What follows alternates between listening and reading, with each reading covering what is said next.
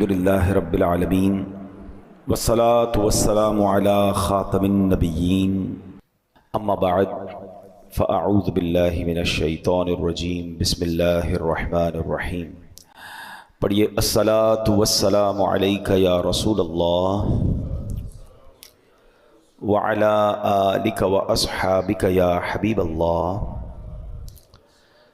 الصلاة والسلام علیک یا نبی اللہ وعلی آلک واصحابک یا نور اللہ۔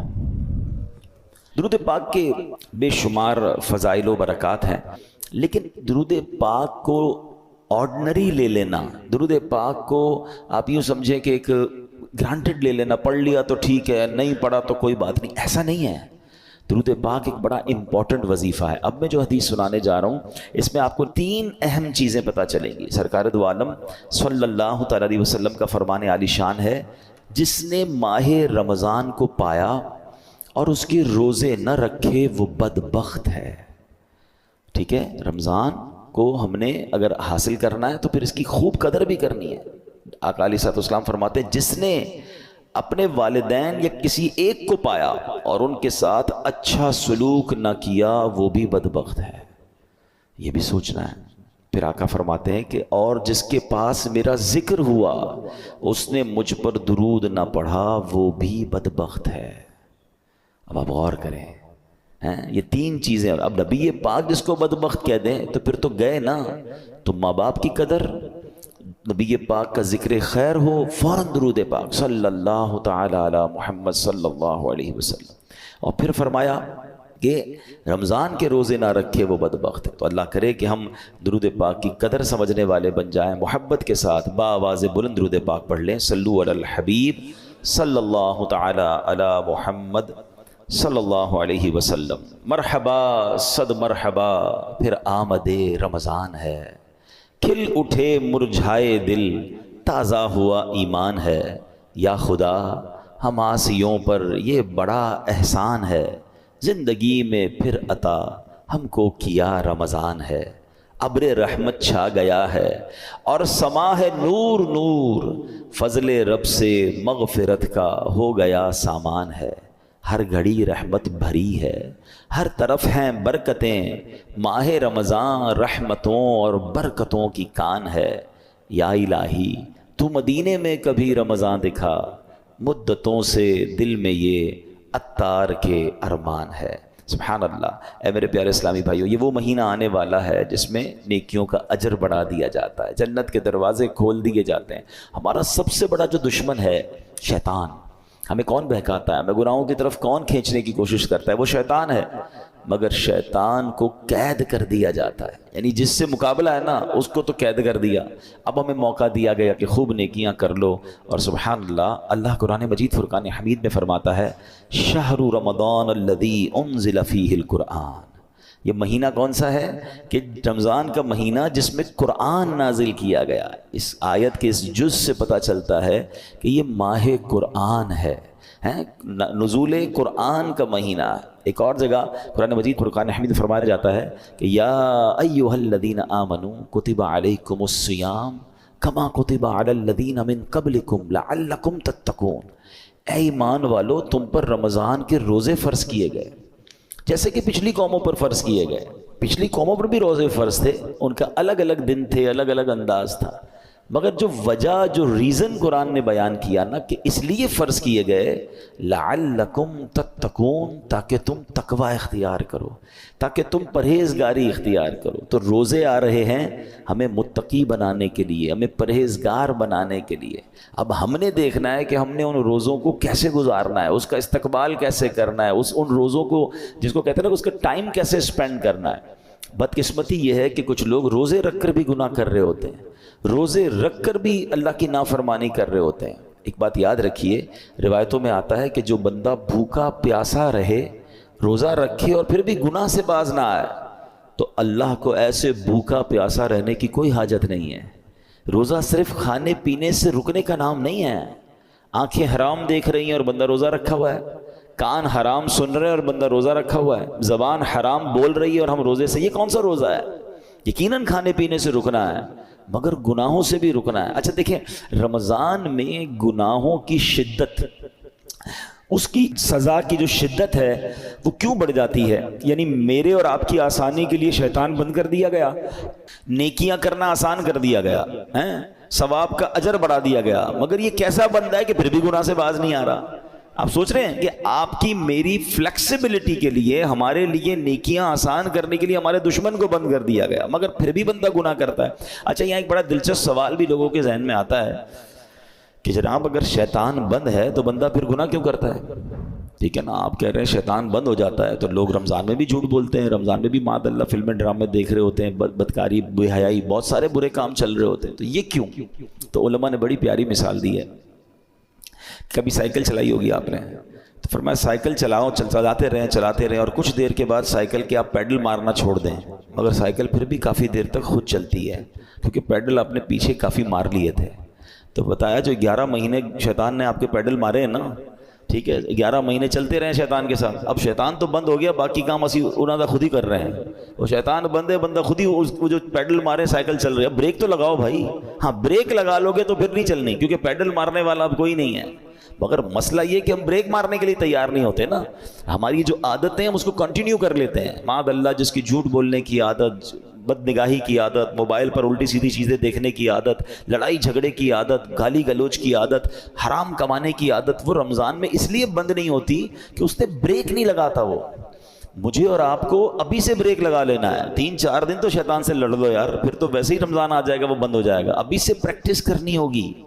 ایسا نہیں ہوگا کہ جب اعلان ہوگا کہ مبارک ہو ماہ رمضان کا چاند نظر آ گیا تو ہماری ساری بری عادتوں کے سوئچ آف ہو جائیں گے، جھوٹ کا سوئچ آف، بدنگاہی کا آف، لڑائی جھگڑے کا آف، نہیں، وہ آپ کو آف خود کرنے پڑیں گے، اور ابھی سے کریں، اس کو پلان کریں کہ مجھے رمضان میں کوئی گناہ نہیں کرنا، رمضان نیکیوں کے لیے آ رہا ہے۔ اس مہینے میں ایک بار کیا ہوا کہ پیارے آقا علیہ الصلوۃ والسلام منبر اقدس پر تشریف لے گئے، تو آپ نے آمین ارشاد فرمایا۔ طویل حدیث ہے، میں اس کا ایک جز سنا دیتا ہوں۔ آمین ارشاد فرمایا تو صحابہ نے کہا حضور آپ نے آمین فرمایا؟ کہا جبریل امین آئے تھے، انہوں نے دعا کی کہ جو رمضان کو پائے اور اپنی مغفرت نہ کروا سکے وہ ہلاک و برباد ہو جائے۔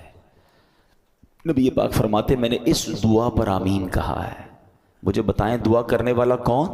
فرشتوں کا سردار روح الامین۔ آمین کہنے والا کون؟ نبیوں کے سردار صلی اللہ تعالی علیہ وآلہ وسلم۔ مجھے بتائیں کوئی شک و شبہ باقی بچتا ہے اس دعا کے قبول ہونے میں؟ 100% مقبول ہے نا۔ دعا ہو رہی ہے کس کے لیے؟ جو رمضان کو پا کر اپنی مغفرت نہ کروا سکے۔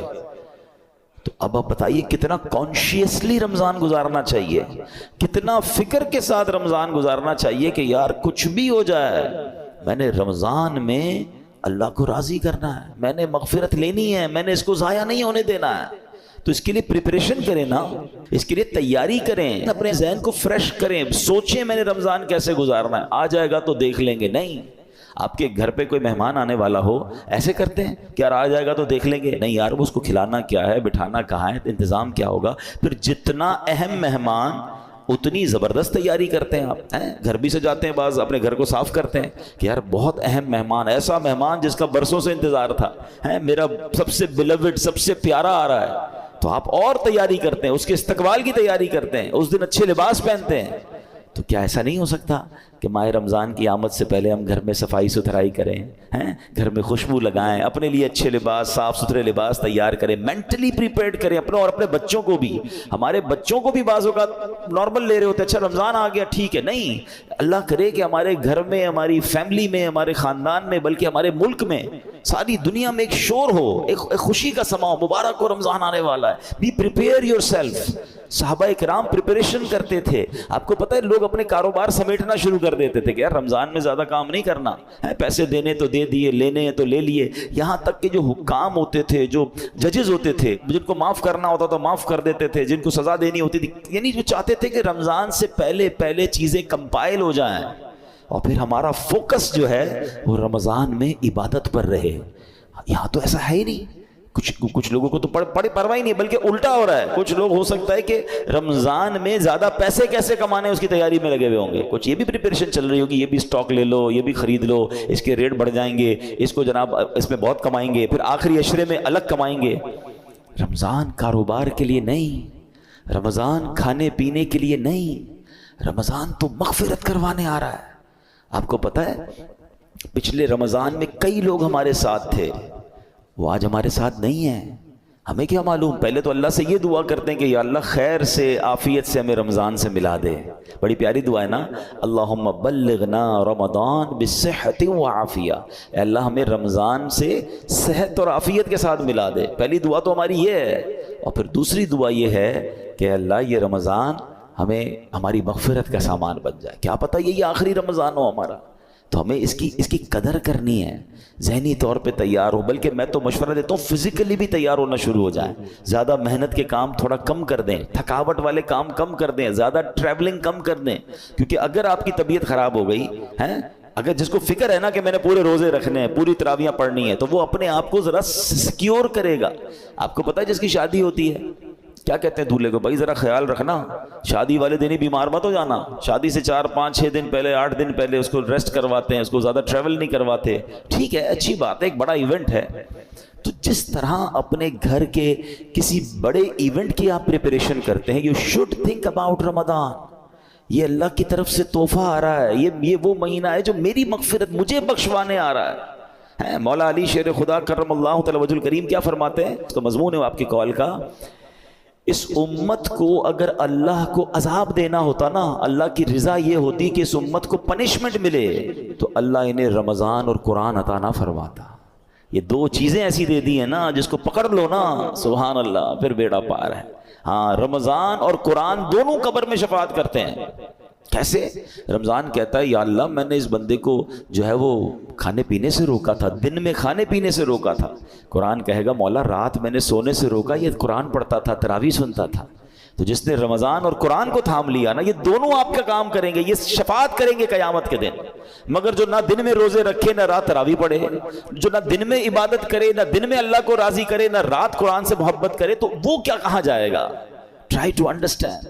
ایک حدیث، اتنی حدیثیں میں آج بہت ساری چیزیں لے کر آیا تھا، مگر میں آپ کو کہوں کہ اگر رمضان کی فضیلت پر صرف ایک حدیث جو نبی پاک نے فرمائی نا، ون لائنر، عقل مندارا اشارہ کافی است، کہتے ہیں نا عقل مندوں کے لیے اشارہ کافی ہوتا ہے۔ آقا کی ایک لائن کی جو حدیث ہے نا، سرکار دو عالم صلی اللہ علیہ وسلم فرماتے ہیں اگر میری امت کو معلوم ہوتا کہ رمضان کیا ہے، اگر میری امت کو معلوم ہوتا کہ رمضان کیا ہے، تو وہ تمنا کرتے کہ سارا سال ہی رمضان ہو۔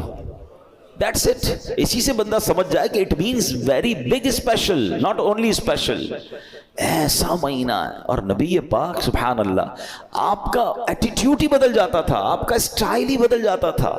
آپ تو اللہ کے حبیب ہیں، دن رات اللہ کی عبادت میں تھے، مگر بی بی عائشہ صدیقہ رضی اللہ تعالیٰ عنہ فرماتی ہیں، لیکن گھر کی بات تو گھر والے ہی بتا سکتے ہیں نا۔ ہماری امی حضور بتاتی ہیں کہ رمضان آتا میرے آقا کے چہرے کا رنگ بدل جاتا، خوف خدا، گڑ گڑاتے تھے، روتے تھے، دعائیں کرتے، بستر پر کم آتے ہیں، رات رات بھر نوافل اور دعائیں ہو رہی ہیں، سبحان اللہ۔ اب مجھے بتائیں کہ اللہ کے حبیب ہیں جن کے صدقے مجھے اور آپ کو رمضان ملا ہے، وہ بستر پر کم جا رہے ہیں، وہ رات بھر عبادت کر رہے ہیں، ان کے چہرے کا رنگ بدل رہا ہے۔ جبریل امین آتے تھے تو پیارے آقا جبریل امین کے ساتھ قرآن کا دور کرتے تھے، اور سبحان اللہ خوب سخاوت کرتے تھے۔ یہ میرے آقا کے چند وہ کام ہیں جو اب ماہ رمضان میں اسپیشل کرتے تھے۔ ہمارے یہاں حال کیا ہے، آقا آرام کم کر دیتے تھے، ہم آرام بڑھا دیتے ہیں۔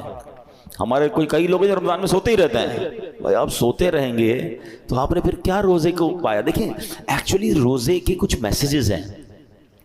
روزہ ایسے رکھنا ہے، ایک تو جیسے میں نے بتایا کہ صرف کھانے پینے سے نہیں، گناہوں سے بھی بچنا ہے۔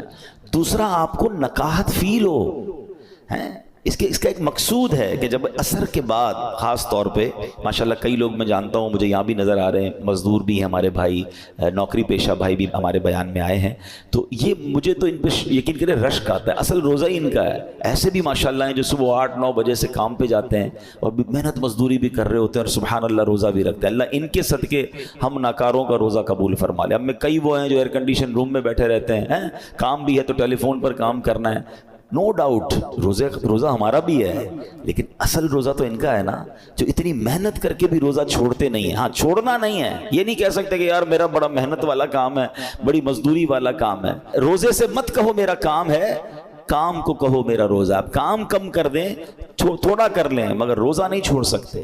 تو میں یہ بتانا چاہ رہا تھا کہ آپ نے دیکھا ہے جب آپ کا روزہ ہوتا ہے تو عصر کے وقت بڑی عجیب سی فیلنگ شروع ہو جاتی ہے. کسی چیز کا جی نہیں چاہتا, تھکاوٹ لگ رہی ہوتی ہے, پیاس لگ رہی ہوتی ہے, زیادہ بات کرنے کو جی نہیں چاہتا, غصہ کرنے کو جی نہیں چاہتا, بحث کرنے کو جی نہیں چاہتا. کیوں؟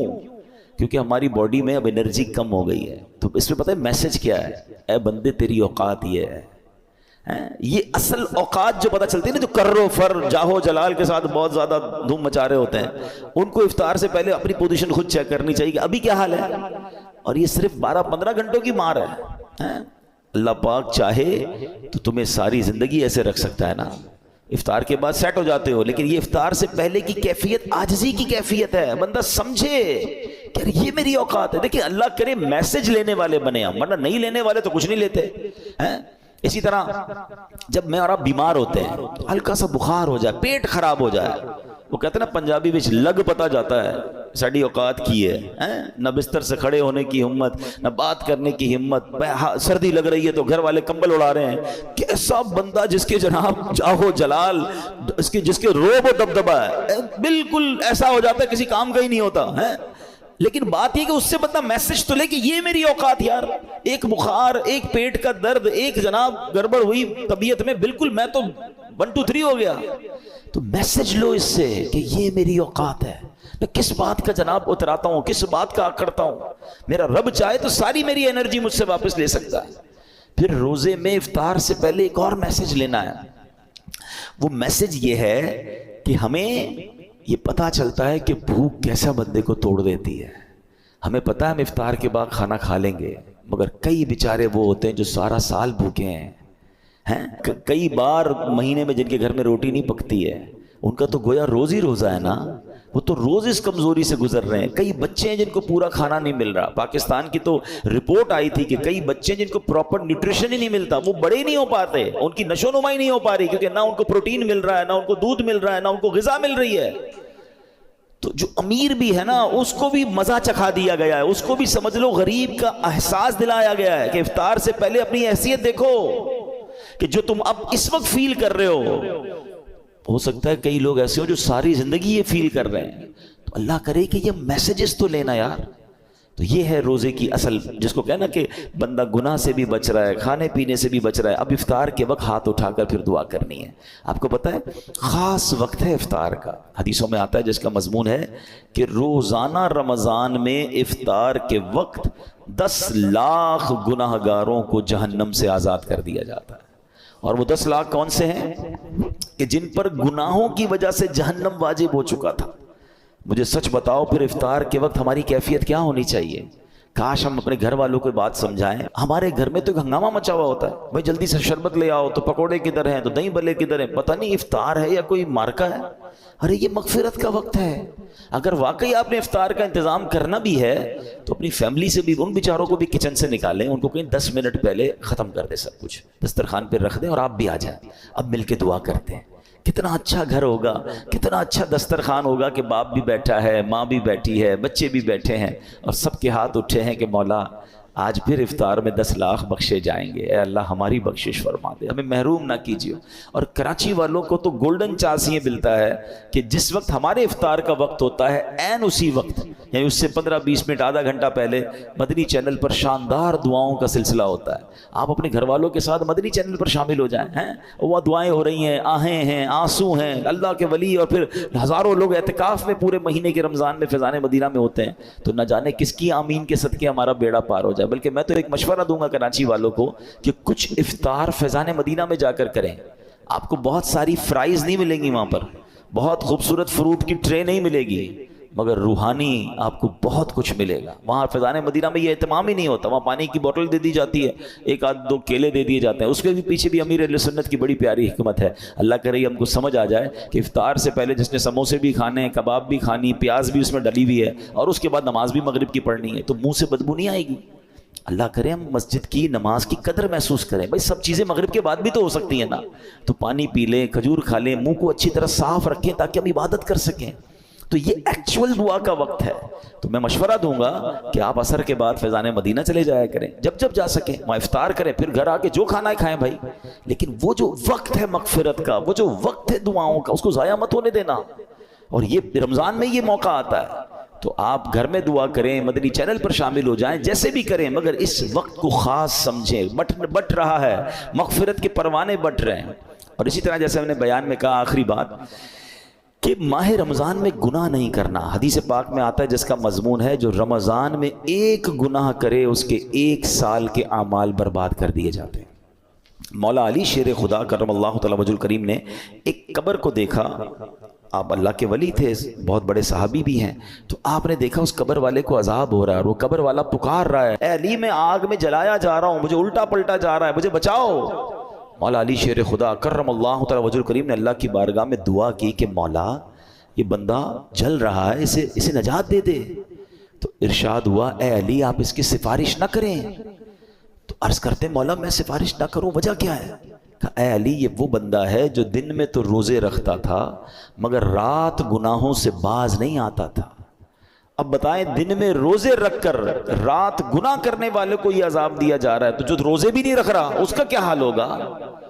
تو رمضان میں نیکیوں کا اجر واقعی بڑھ جاتا ہے, مگر گناہ کا عذاب بھی بڑھا دیا جاتا ہے, کیونکہ یہ مہینہ گناہ کرنے کے لیے نہیں ہے, یہ اللہ کا مہینہ ہے. اب ادھر رمضان کی راتوں میں کوئی کرکٹ کھیل رہا ہے, کوئی لوگوں کی نیندیں خراب کر رہے ہیں, غلط کاموں میں لگے ہوئے, نہ کریں ایسا. یہ دعاؤں کا مہینہ, یہ مغفرت کا مہینہ, یہ تلاوت کا مہینہ ہے. Prepare your self. تو بہرحال اللہ کرے کہ ہم اپنے اس مہینے کی قدر کرنے میں کامیاب ہو جائیں. دعوت اسلامی کے زیر انتظام مدنی چینل پر بھی بہت خوبصورت پروگرامز آتے ہیں. جب جب آپ کو وقت ملے آپ مدنی چینل دیکھنا شروع کر دیں. علم دین سیکھ رہے ہوں گے, دعائیں ہو رہی ہوں گی, تو اس کی برکتیں حاصل ہوں گی. اللہ پاک ہمیں عمل کرنے کی توفیق عطا فرمائے. آمین بجاہ النبی الامین صلی اللہ تعالی علیہ وسلم.